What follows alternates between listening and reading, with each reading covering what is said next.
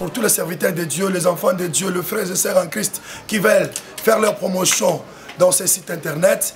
Et les Nazariens est là pour vous accueillir, pour faire vos promotions et tout ce que vous voulez. Et surtout les pasteurs pour les prédications, les frères chrétiens pour vos albums, vos disques. En tout cas, contactez le site Les Nazariens. Les Nazariens, c'est un site qui promouvoit tout le monde, hein, qui fait la promotion de tout le monde. Donc, il fait la promotion des serviteurs de Dieu. Et donc, je crois, on a tout dit, hein. Les Nazariens, les Nazariens, les Nazariens, suivez. Nazaréens, Nazaréens.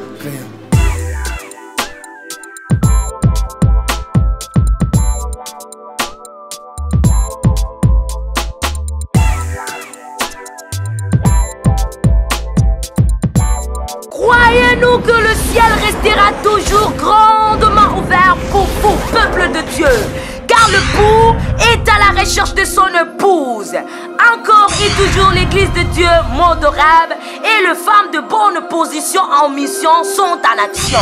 5e édition du conférence internationale de femmes à Francfort qui commence du vendredi 16 au dimanche 18 mars 2014. Mamaye, Kotika la thé, Kotika la simate, venez et rencontrez l'époux face à face. À travers cette femme puissante, Oyandima, Kosopa mafuta na makola papa, Kosopa malasi na makola papa, Pesuki na ye, Abangusa makola papa.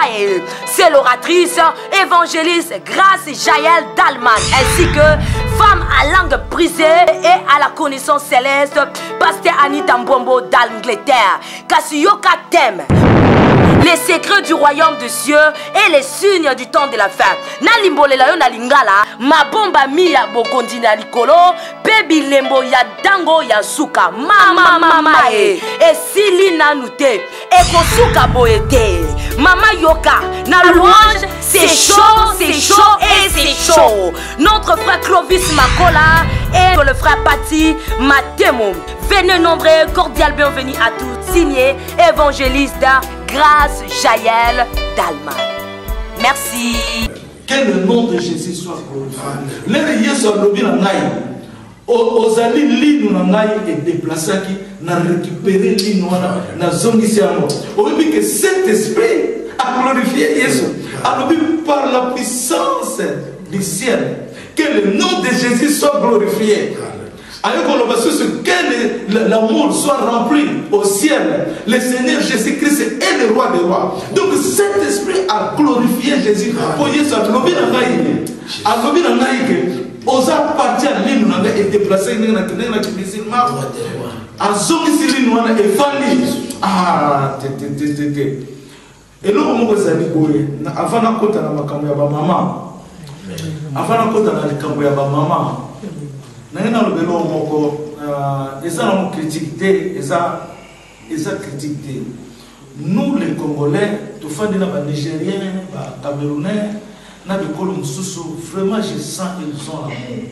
Na fandi na tambuli partout na mokila vana koma na niveau. Na tambuli Afrique, Arabie Saoudite, nous sommes bateau de Kotsi, bateau d'Arabie Saoudite, même na Dubaï. Tant bateau de Dubaï, le bateau bateau Kukimamba. Bateau na on a mis sur la main. Batongi Dubaï na mission pour Dubaï comme un niveau wa. Nazana ba mio bazo na prince na Arabie Saoudite o yaza papi ya ba musulman nyoso. C'était mon ami. Asaka mi na ngana sokini na bureau na ye. Mais lelo na tiki biloko na nyoso. Prince ya ki États-Unis. Mais ta bazo mona ngana pour chrétien mais ezo ça vraiment un problème na makasi. Ozoma donc na tiki biloko na nyoso. Na landi Yesu. Parce que na vivre Yesu, na vivre la réalité. Ce qui le nom lobi que olinga kanzambe, linga na bosolo. Kozala hypocrite. Nzambe alingi ba hypocrite. Na ngina pesa bino version nzambe ibisanga. Voilà vraiment sa base ya likambo ko tudo na koloba. Nzambe lobi où se trouve notre jugement? Où se trouve notre jugement? Nzambe lobi na ngai Eli. Place yo fandi. Et sa place est sacrée. Parce que nan Nzambe na komela kayo. Nan Nzambe na kuta na kayo. Na solo la yo na esika neza secret. Liloba nazo kite pai, nazo kite se pai na yo. Ezo ya lokola mbula, ezo kita na ordre. Alobi esika oyo to kendeke. Et si quand on te place de koufa, l'air de koufaka, il faut te quelque part. Place de koufa, après que koufa. Jugement ezali na liboso na biso. Jugement wana ozala nani ceux qui mutu akufi akokota na jugement. Bako juger yo selon ba œuvre ni yo. Osala ki ndenge Daniel alobaki batie makambo na yo na poids. Oyo kokende boye ceux qui za bolamu obiki okoko pema na kota bolamu. Ceux qui ezali mabe aucun à côté à ma ça c'est votre jugement. Tellement Yesu koya na trompette. Akosambi sa yo le susute parce que Dieu a été déjà jugé. Okokende kaka on mérite punition na yo. Oyo pe bazala ki ya malamu Yesu saka bola ki bango bokende ko mérite ki lo papa na mai. Amen. Amen. Tona de lo malamu na siri sena note. Donc, dans mon États-Unis, Oprah a salati à moi à l'obi, tant que tu koufaka, tu kende wata, bah tu vas répondre à qui, mais n'aille on a répondre à moi, et côté qui directement à internet, et côté qui dans Twitter. Donc, na niveau internet, na Twitter, pour répondre à qui on peut, na Twitter voilà. Et puis ça qui impacte, et puis ça qui va tout m'avoir. Donc, jugement ezali kaka mukolo nzambe akoyate. Soko lote ndoto na loba clair. To nzambe azuyo okeno na likolo. Nzambe lobi na ngai na boma mokili na 2007, 2009. Base bele. Netazi to mona na 2000, baye ba mokili fin de monde nzana na 2000. Mais muto azwa ki message wana a discerner ya mbonte. Il faut discerner le message. Na kopesa bino ba prière oyo ezali pona nzambe asala makati na bino pona ko retrouver ressources na yo vie na yo ba discerner ka mo bien tellement comme na 2000 ba yena ba nzembo fin de monde soki oloti ndoto nzambe lo bino na boma mokili na 2000 nzambe azolo na yo na kokufa parce que soki yo kufi na 2000 nangana bomo na 2000 nangana bomo mokili na 2000 eza parabole nangana na boma yo na 2000 nzamba lobe nangana bomo mokili na 2000 parce que yo soko kufi mokili za société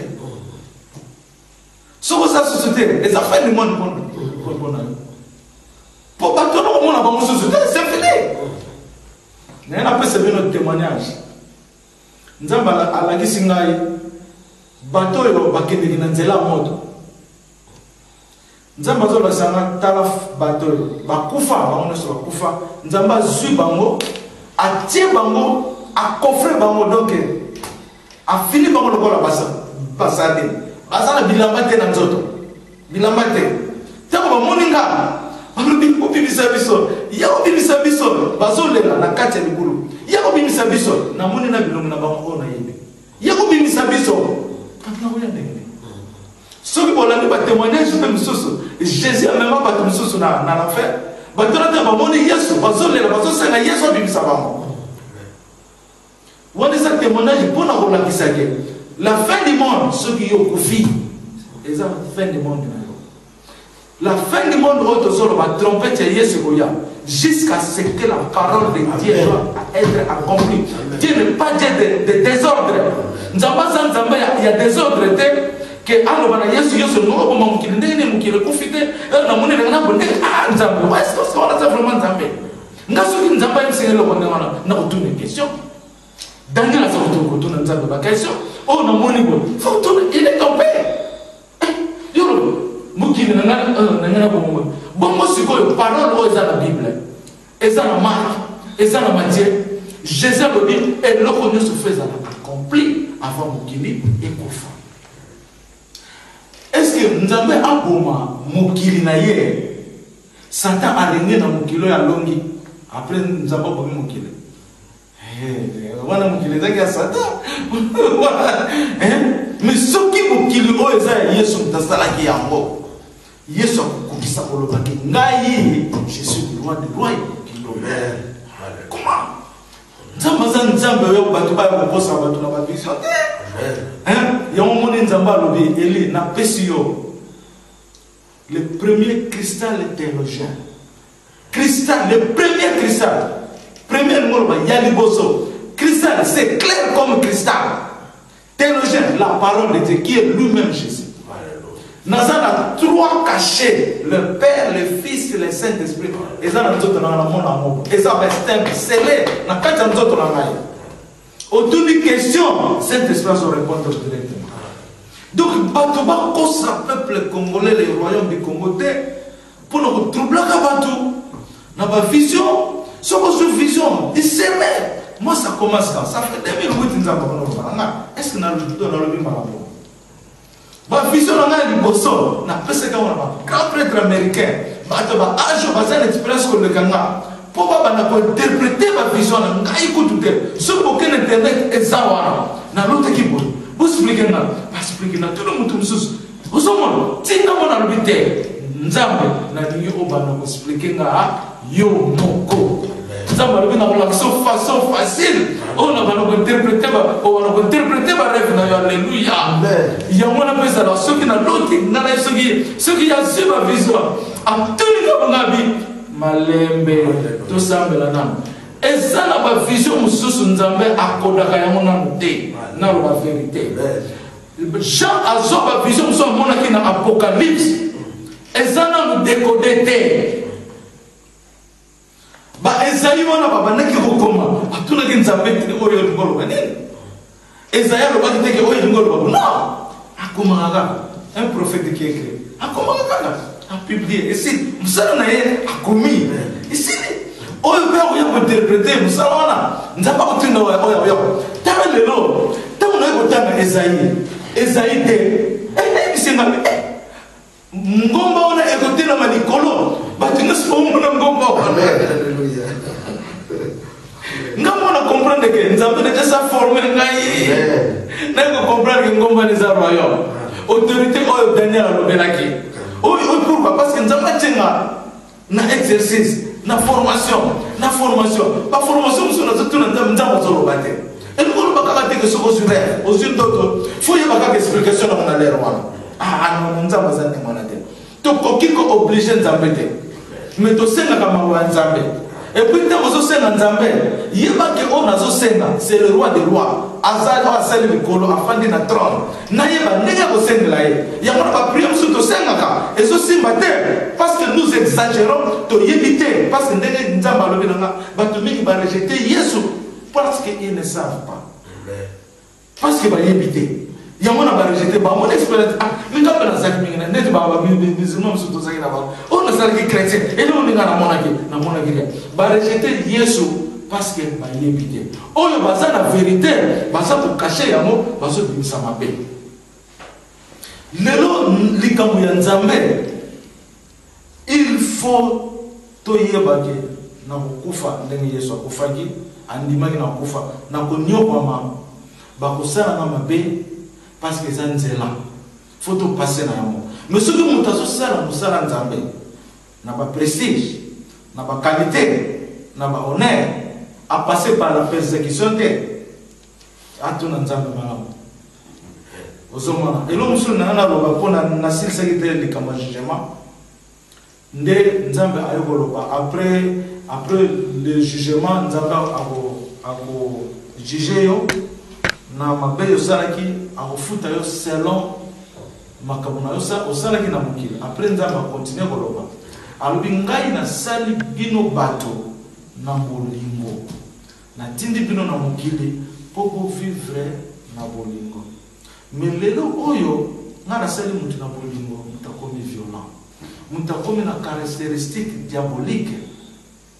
Nzamba zolo bakoyi. Alobi oyo akolinga elinzeza te. Ngai Nzambe la persévérante. Alobi se na poniye sili. Na poniye esili. Donc, eza mawa mingi tolinga kabatu na ba impression. Fo mutuana aloba kitoko, mutuana azana na mbongo bien nini, mais nzela Nzambe zande mwanate.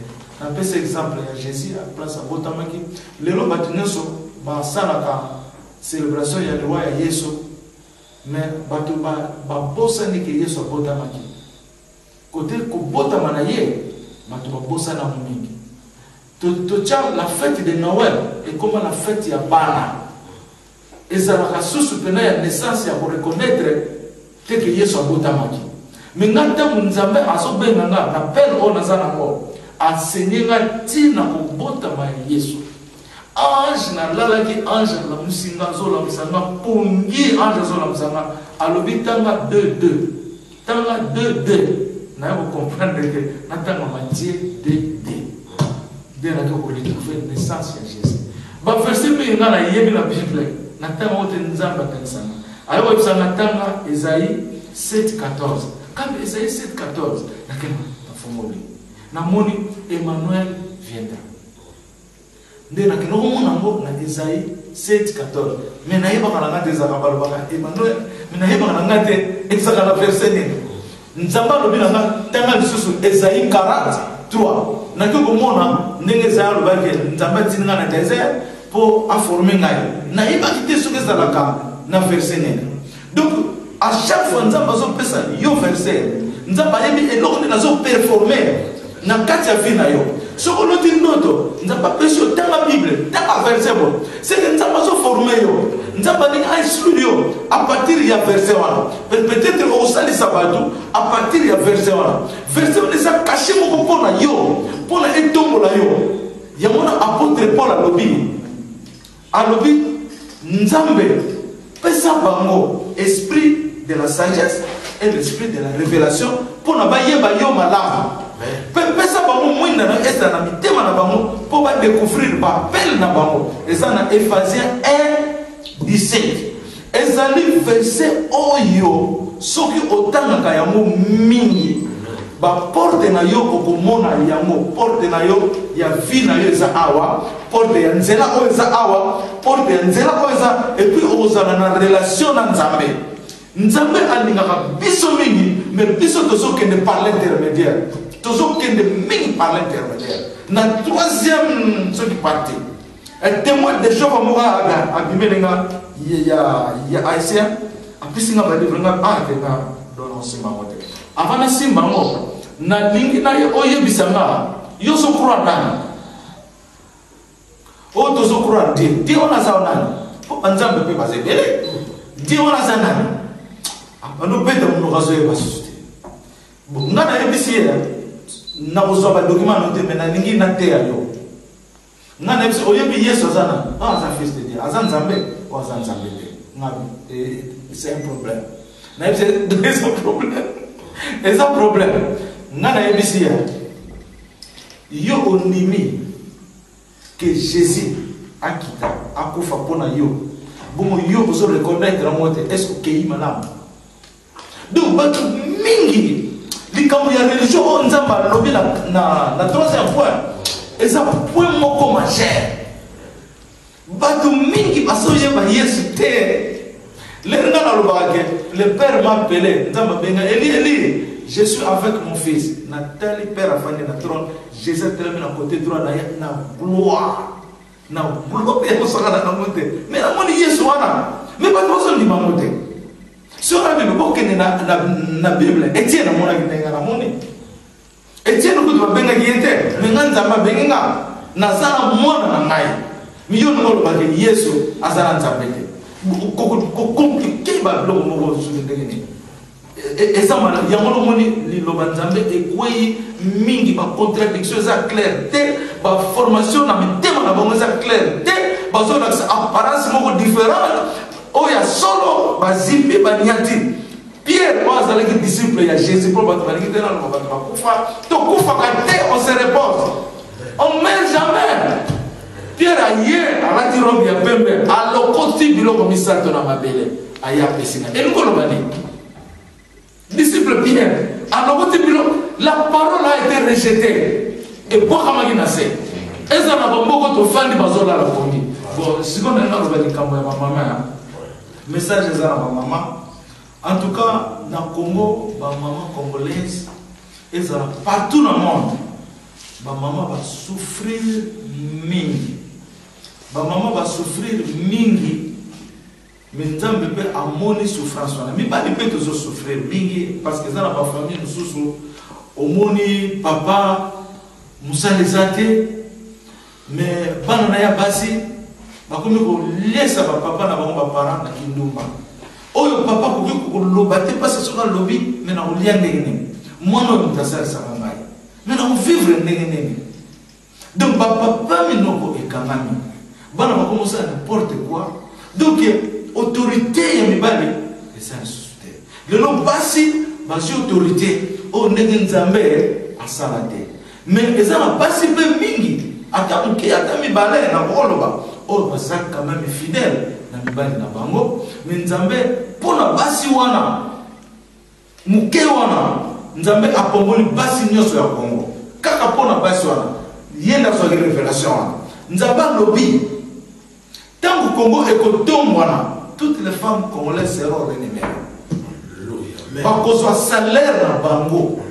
Congo est le plus haut pays du monde et vous avez mbongo oyo le développement oyo vous avez Congo et ça oyo ça la mana mboka mongote na pesa le exemple lelo nzamba Congo na sepiso ba formule ya ba avion oyo vous avez lobby ba formule ya ba avion oyo vous avez lobby ba formule ya ba construction oyo kozala lobby ba formule ya ba nzela oyo kozala lobby ba formule ya ba beauté ya ba ville oyo kozala lobby ba avion oyo bozomona oyo bana kozindaka na mai haleluya koko yaka po atmosphère ya mokili bando kende plus vite dans zo kende plus rapide makambo peso kende rapide parce que zoya likolo pe mo pepe échanger al siko technologie ya lelo et kokufa jésus ko bomo nyofo technologie ko kota na Congo mindele ba okene na Congo oyo basa ba ingénieur ba savant ba kosala pona bino ba congolais haleluya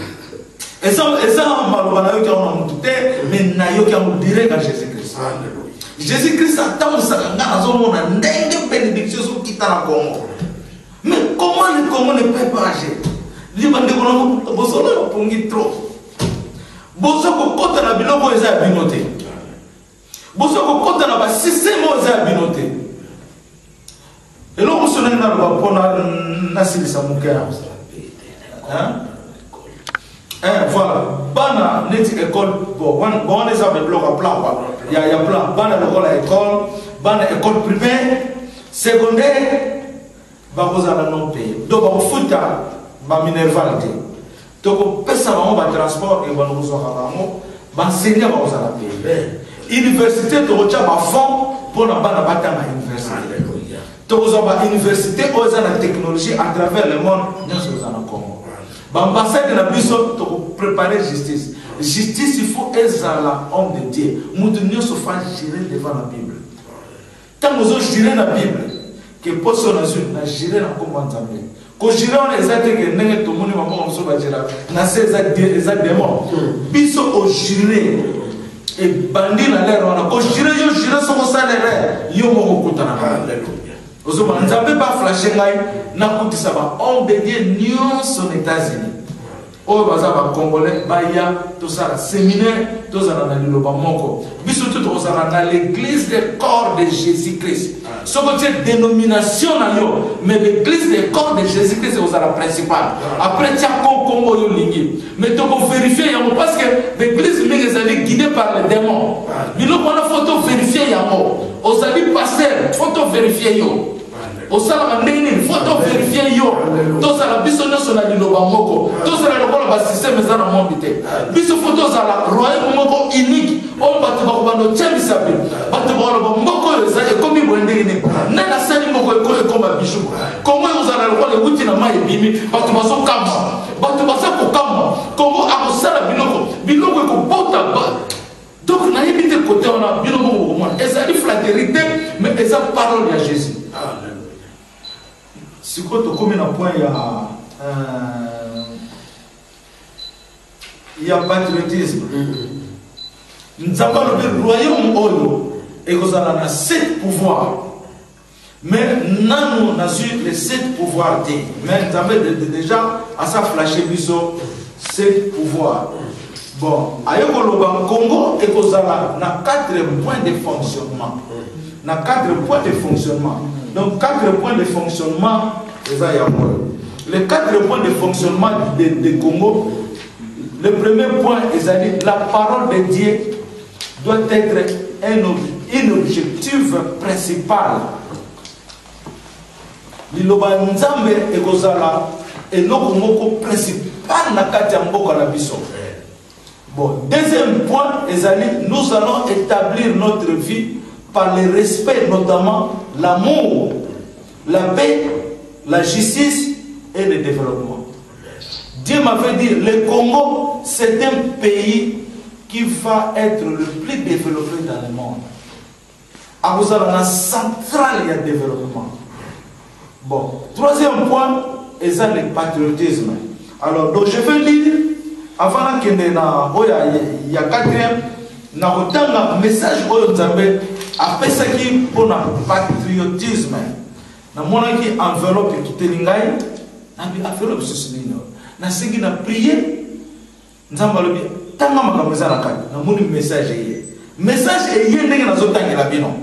Alobi Congolais et Congolaises à travers le monde, soyez patriotes dans un cœur de contribution morale pour le développement de notre Congo. De nouveaux Congo. Pour le développement des nouveaux Congo qui est le royaume. Donc je répète encore. Soyez patriotisme dans un cœur de contribution morale pour le développement des nouveaux Congo. Ceux qui ont la patriotique, on ne peut rien faire.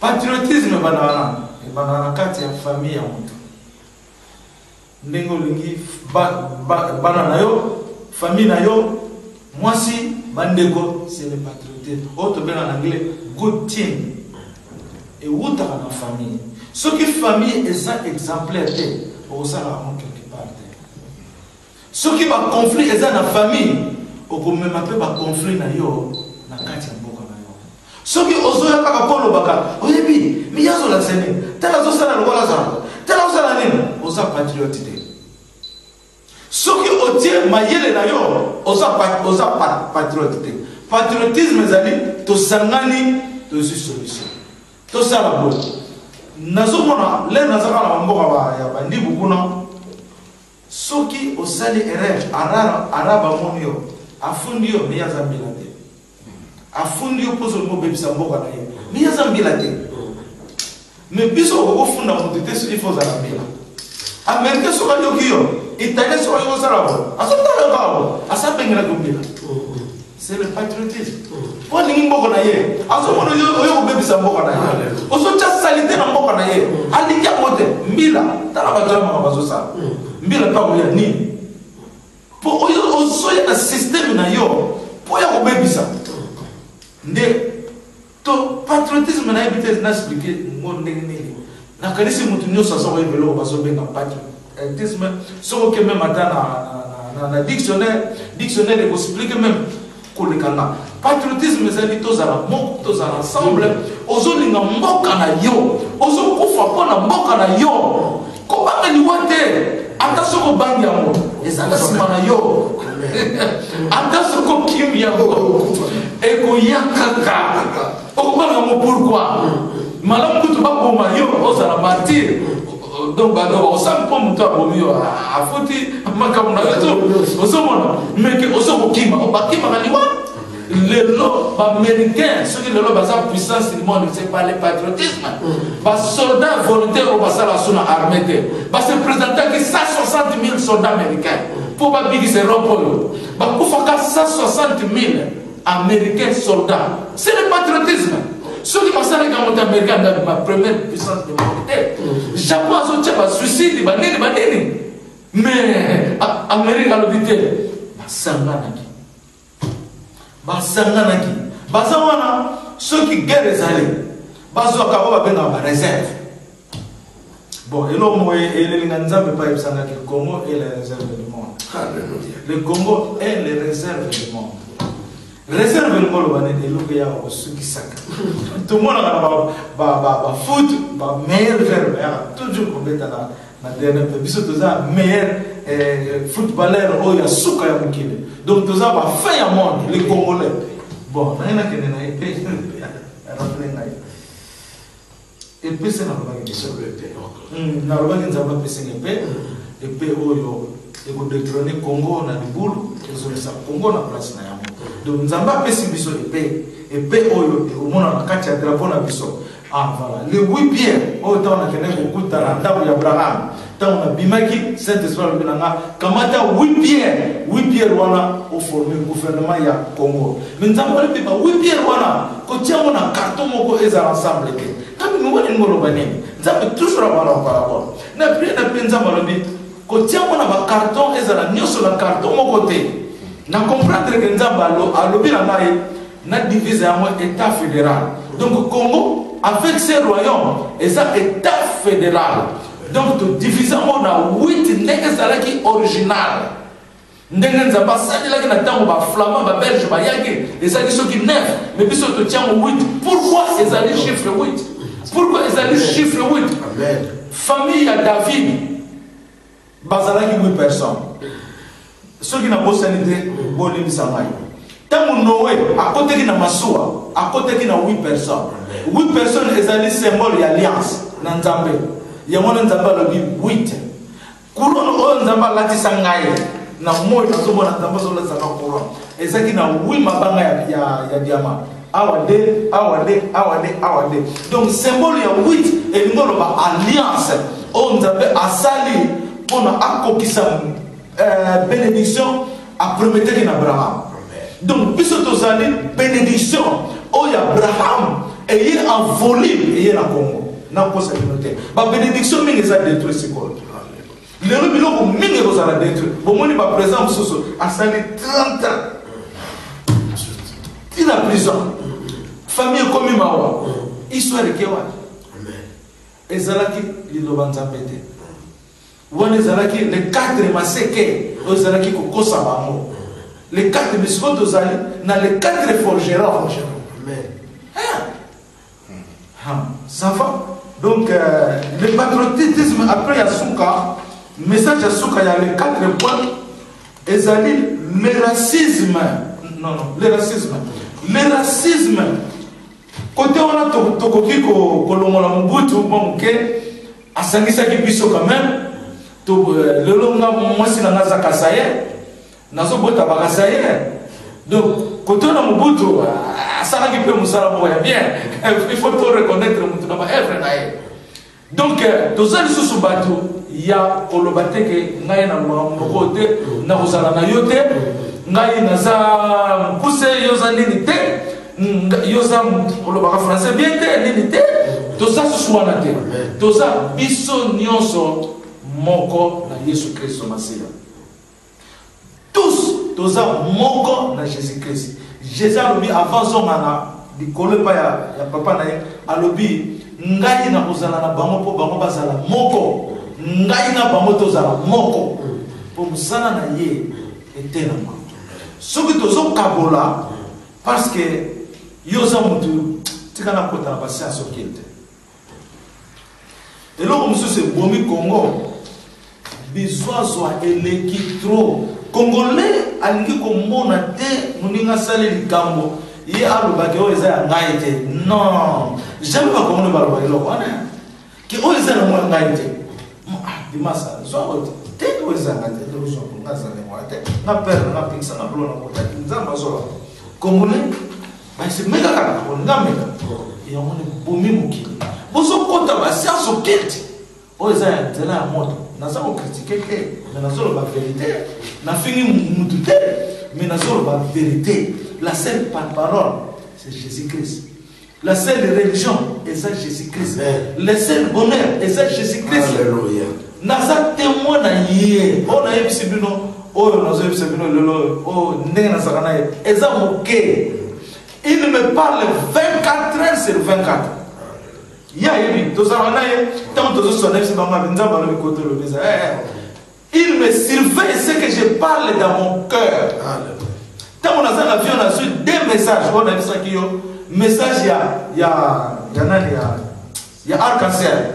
Na moni basi bana baso sepela pour na royaume basimie là-bas qui a blé bon na kati na mo signe arc-en-ciel arc-en-ciel ezali nzambe agir nzambe a promettre nzambe a réaliser nzambe pesi bonheur nzambe pesi vie eza na 4 couleurs zo parler chaque couleur eza na nani na yango donc congolais nous sommes dans la symbole de arc-en-ciel donc il faut pas dans l'élo n'est papa pour traiter le monsieur lokoyo parce que c'est lui le témoin pour nzamba pour atelisanga nenga mona ki yesu azotelisa mais bosunga eloko tozo ko forcer mutu te tozali ko influencer te mais eza parole de Dieu botu na même nzambe olobenga ka batu na ba téléphone pour vérifier senga direct amen pour kuna tango benga c'est comment de témoin ko katela singa senga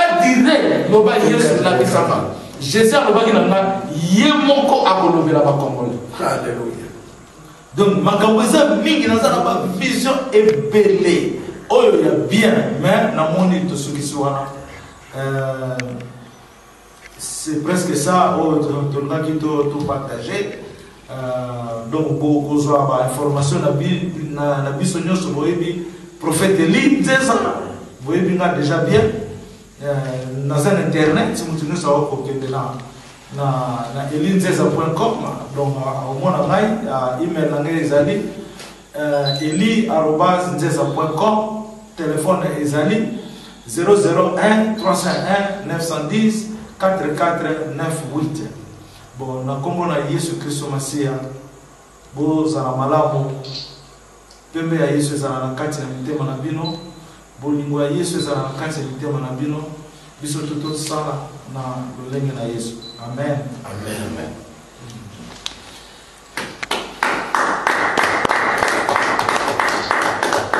Bon, maintenant nangina lobali kambo oyo Seigneur alobela kinga la kisangai na mona ki Yesu ya la kisangai 5 stati bikeko mutuno sa yebi bikeko ala kisinga moko Alexinga deuxième, Alexinga troisième, quatrième, na cinquième.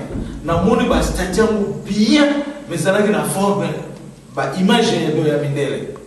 Siko alobi na bikeko oyo na lakisi yo.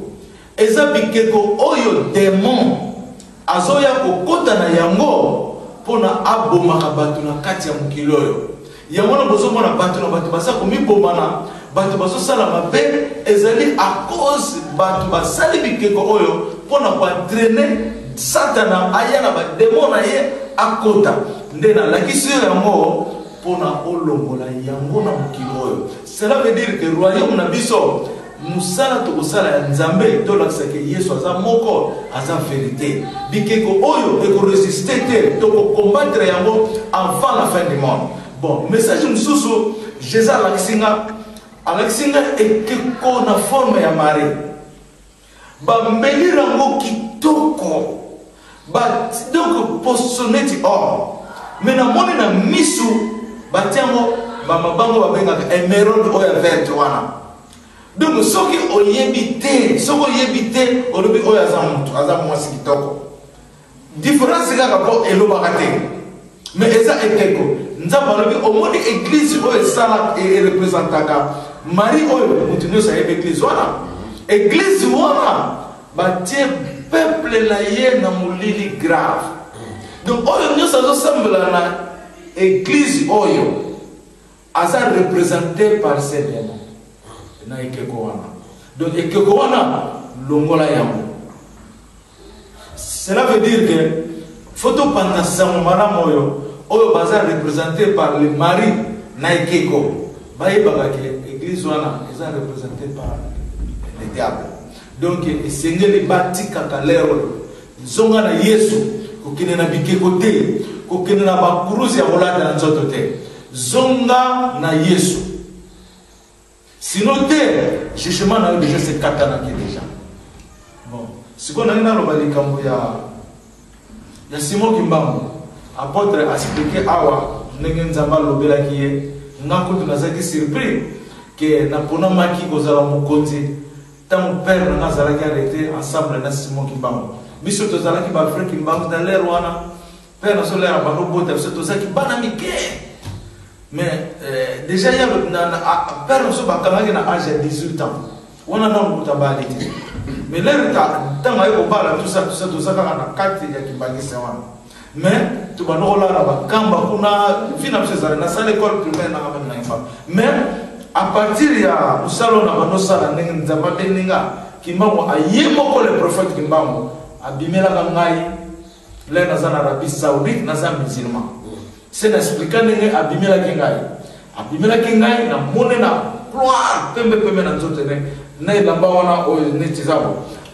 Na tuniye, et là on est ni au sala qui peut comme na lumière boy na zoto na yo. Alobi mission oyo nzamba pesa gangaï. Na kokisa ki mission na. Si tu n'as pas de c'est la que la mission, n'a pas mission. Tant qu'il y a disparaître, n'a mis tel que n'a musulman. Quand il y a sa mission, pendant qu'il y a sa chrétien, n'a pas deux musulmans. Et les gens qui sont là. Nous avons les ressources et pas le monde. A même pas le monde, a la kisinga et pas le monde à Fandaki. Le monde à Fandaki, à Zotamani. Na courage le Lumumba pardon. C'est pour cela au monde que na mona qui peut que nazala qui peut na cause la mingi à partir de la vision na nzamba zolo balanga il faut na travailler nazala na courage le Lumumba et zala qui nzamba bandi kwa courage nga mais na mona qui Lumumba zaki nene nzoto wa zaki na moya couleur auto za na mole loyo eza nzoto ya zaki na mote azalaki na po mabenga na po spirituel. Donc nous sommes spirituels qui te mais na mona na maneti na ye afin de zotana. Donc un vrai chrétien soka kufi to kufa wate to kende ko pema nzamba la kisa biso po to zomona po to yebi to zaka kati na esprit ya nzambe ozomona à partir ya wana ndena mona yiki Lumumba en tout cas aza mosali ya nzambe malgré bato ba yebele kaka na politique mais azaki muto azalaki aza héros azaki oyo azalaki envoyé na nzambe mais na sengi famille ya Lumumba oyo baza pena origine ya famille ya Lumumba na ningi babenga nga mpona azala makambo susu oyo nangi nasolola na bango et c'est très important bato wana batongi nzela mpo biso baelite oyo ya lelo biso tomonaka ke bakufa mais liloba na bango ekufa te liloba na bango eza kokontinue kosurvivre nzambe wana aza nzambe bon après lisusu namonaki Simon Kimbangu ayebelanga lisusu alobi naye kopesa yo message oyo opesa na bakongolais nyonso balanda liloba nga napesi bango message yango eza yango bolanda makambo oyo ngai napesi bino bosimba yango malamu na mitema na bino pe bosalela yango pona ekokokama. Amen. Donc message au Simon Kimbangu apesa na lobana ba Congolais nyonso eza yango wana na fabriquer ya moté au nom de Jésus. Je jure encore sur la Bible au nom de Jésus par la parole du Seigneur que ça message est outil na Simon Kimbangu qui me l'avait parlé par la puissance du Saint-Esprit parce que tout lobaka la puissance du Saint-Esprit. Nzambe atinda ka Saint-Esprit pona aloba na biso. Nzambe akoyi kozwa image ya papa na yo, akozwa image ya nani pona toyeba pourquoi eyaki Simon Kimbangu. Eza référence. Simon Kimbangu aloba ki makamona, nzambe azongisi référence wana. Il faut liloba et continuer. Liloba Simon Kimbangu tokozwa ngo wapi?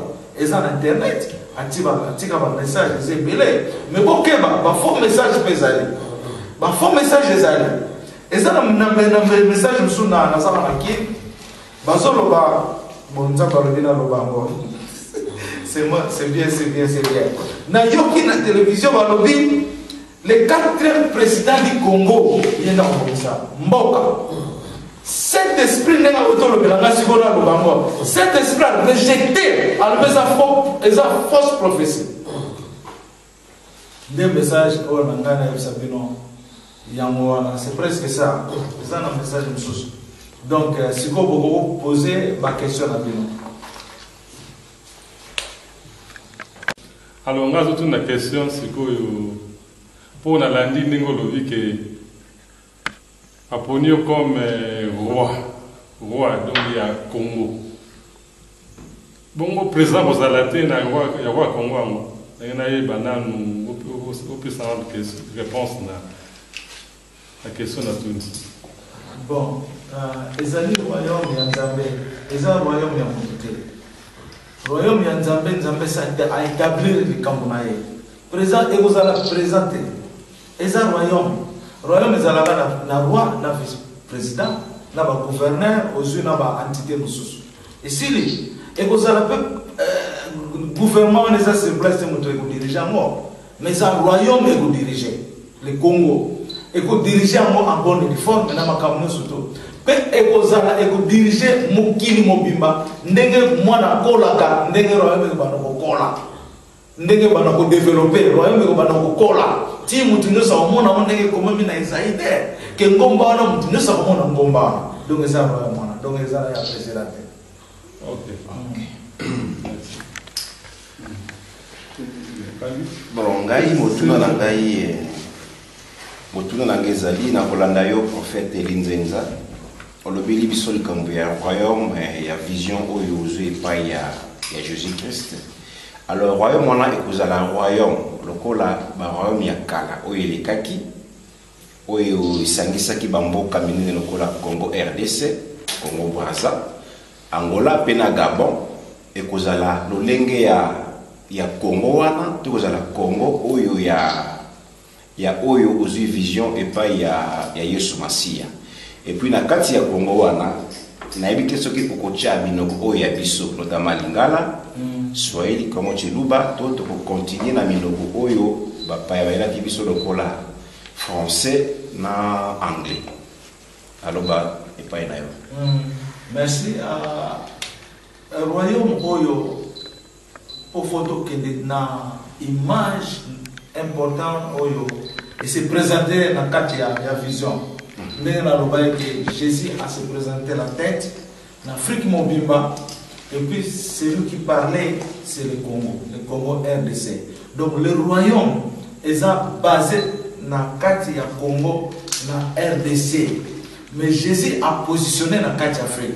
Donc le royaume qui est le Congo, pas le Congo ezalaki Congo central basangani wana non parce que wana bayaki na ndenga bokoko na ba clan et kin na ba clan ndenge wana mais o eza ya bokoko wana te o ezali il y a la parole de Jésus qui est le roi des rois, c'est lui le roi du Congo. Na za instrument pour faire ça clair na ça vraiment instrument o ndenga lobi na tie na désert musika pour na former yo za la direction na ngai. C'est de cela que Jésus yemo kasosala na kati na ngai yemo kasosala mais ngana saka instrument mais le vrai roi c'est lui-même Jésus-Christ de Nazareth. Donc royaume eza ndenge to kanisite ke oya liboso ya mais yango de prophète c'est pas qui te pose la ki na ndenge musone mais o ezali ya Yesu. Bon pour la question ya balangue na ndenge lobi na Congo eyebaneza 4 langues officielles oyo eyebani Congo toza na ba dialecte mususu mais toza na 4 langues eyebani Lingala, Chiluba, Congo, Kiswahili. Mais langue principale parce que totali na kati ya 4 langues nini oyo eza vraiment populaire. Tout le monde que Lingala est populaire. Donc tu voter que Lingala est la principale parmi les 4 langues. Mais la langue mususu même le français après ça français continue mais après ça mais principal ekozala Lingala tolingi kotepi no mususu te parce que Yesu azoyelela biso pe na Lingala tamo Yesu alobaki na ngai ke ngai Yesu mais nazoyoka ye na kati ya nzoto nanga alobaki mo na Lingala. Amen. Donc tout est Lingala ezala principal na kati na biso. Amen.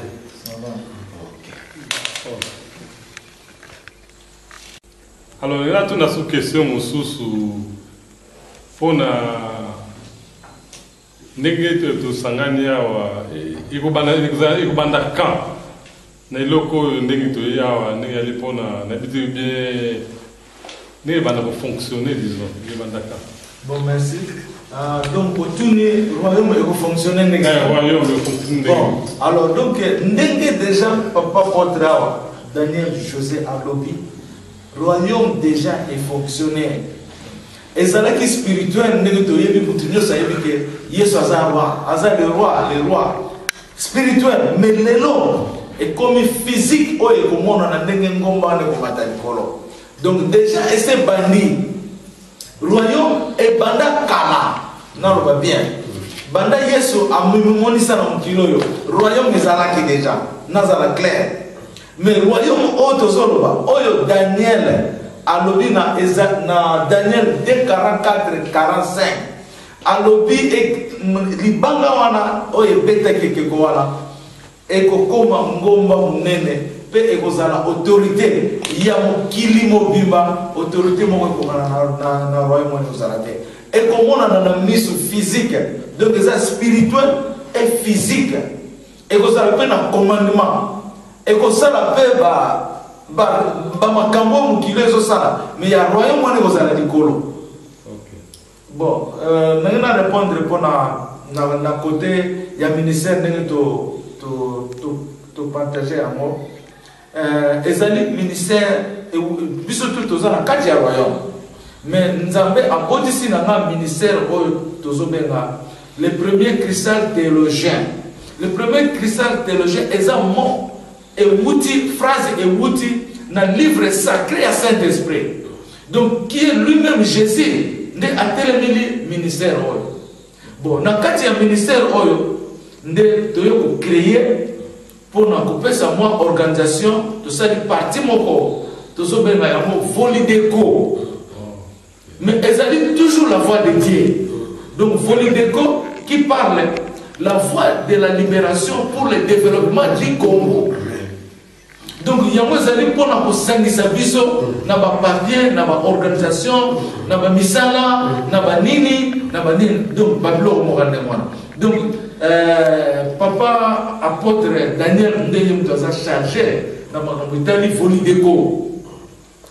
Donc pour enregistrement parce qu'il faut tous appeler na ba membre congolais nyonso oza membre ya Volideco na kati ya royaume ya Yesu Kristo. Congolais nyonso oza membre ya Volideco. Soko olingi Volideco te eza lokola olingi Yesu te. Pour ezali la voix de la libération pour le développement du Congo. Tango nzamba zolo bananga zwa libanga oyo pour le développement du Congo. Na zwi libanga alobisa la pose de pierre. Na zwi libanga na ti. Jésus yemoko aye en forme ya lion. Azui pe libanga wana atie loboko na ye. Nazomona lion atie libanga lobi pour le développement du Congo. Bon, c'est presque ça. Donc vous avez un tour dans le sous. Donc question est tout dans les considéré la Volideco. Siège dans les awa. Bon, siège ya Volideco pour le moment. Les awa na esika oyo bino boyambi royaume oyo. Lemboka na Italie. Esika bino boyambi yango tala mukileza munene mais tala place de lobo et yoko bimela. Nesika kuto bato bakokotya ta idete. Et lo banzambe ezalaka toujours humble. Ezalaka toujours simple. Ezalaka na même pression wana te. Bato bakofinga ngo bakomona onde mais tango ekotela ba le même bato wana te baoya. Amen. To sokisi wana. Bon. Question sur tu n'as pas l'impression d'aller. Ceux qui volent des coups. Ils arrivent pour les chrétiens, tout pour les musulmans ou le reste religion. Bon, merci pour la question. Volideco, ils sont racistes parce que tu lobby, tu as contre le racisme. Le racisme est un peu moka. Tu as la moko pour patriotisme et tu as la moko. Donc tu as dit que pour les musulmans, tu as la il y a un compte parce que au moins lelo soki to lakisi baninga mususu ndenge tozate bakoye ba bisote il faut donc ça ndenge tozali po bato ba comprendre tozanani donc eza pona congolais nyonso eza pona ba congolais mais et puis susu na troisième point ya na deuxième point ya patriotisme pe ba pa ya pe ba osana kati Bapaya peut travailler ensemble avec les étrangers. Parce que tous les gens qui sont en train de se faire. Parce que nous avons que akotinda bato belé bakoya kosoma biso na Congo pour la nini côté nyonso ezala kokufa bato bakoya wana biso soki toza mutu ya train mala mutu ya ba comme sozo ya pour biso to kende parce que Yesu alobi je viens pour sauver mon peuple donc aya pour sauver mon peuple na royaume donc ngana zala quoi c'est nazaki musulman donc le nazaki chrétien ozomona amen. Amen. Maintenant, tu n'as pas de question, Moko, celui qui a retourné. Bon, pour la Volideco, comment il faut diriger Congo? Et il y a un moyen, il y a libération. Tout moyen, il y a retourné. Donc, tout y est bas. Moyen, il y a aucun dépôt. Tout y est bas que le lobby Volideco il faut diriger. Nous avons bâti le beaucoup pour diriger. C'est ça. Question na ngai bon eza na mo simple eza likambo ya nzambe eza ba masusu na ngi koloba wate pona pesa position mabe na ba ennemi eza bilo msusu na loba yango me bato ba prêter attention penate donc ozomona mais Volideco eza intégré na kati ya ministère na kati ya royaume oyo Volideco zo faire part ya royaume donc Volideco eza toujours faire part ya Jésus donc Yesu ye mutaza mutu ya train ye mutaza nzela na biso Yesu akokukisa liloba na ye poto Congo mena yebisa bino ezakalate ezakalate ngasena bandi komona ndenge armée céleste eza planté ndenge ba positionner ndenge les 4 forgerons bazali ko positionner bato ba komimate bato ba musu Yesu akosala makambo oyo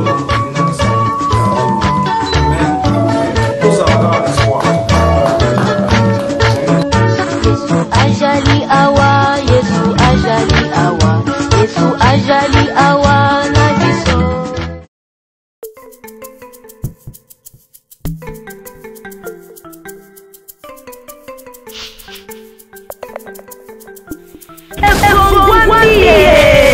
le ciel est encore grandement ouvert pour vous, ministres de Dieu et peuple de Dieu. Vous qui aimez la bonne nouvelle, car la bonne nouvelle c'est Jésus-Christ. Voilà pourquoi l'église Christ-Roi organise encore pour vous 6e édition d'une grande conférence biblique internationale de leaders d'opinion. Mamae, qui commence du 8 juin au 15 juin 2014. Mikolo Mwambeya Pamba Liboso Yankolo, qui est notre Père. Kasiyambala Oyo, mon peuple sera enseigné par moi-même, dit le Seigneur. Mais à travers ces oins, au numéro 11, nous avons le docteur Jacques Kangodia de Belgique. Au numéro 10, Mamae, nous avons le pasteur Alain Kupoulou.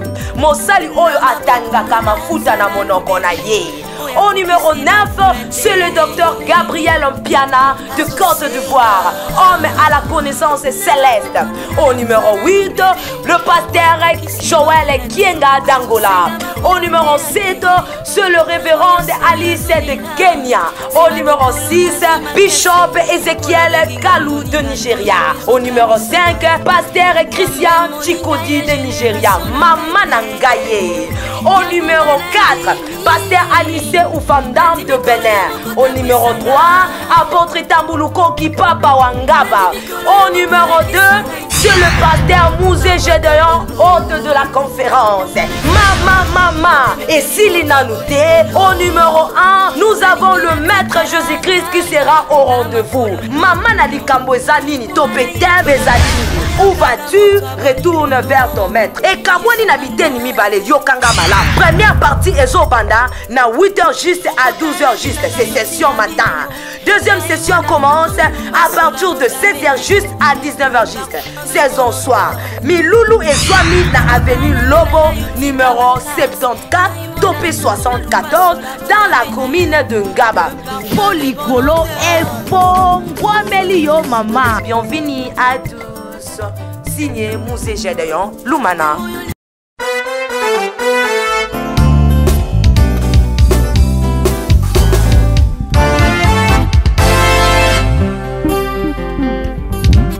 Yesapangosi pinzoli na vinangai Pia longoli bapota na motema Elongia mawa ebongwani nesengo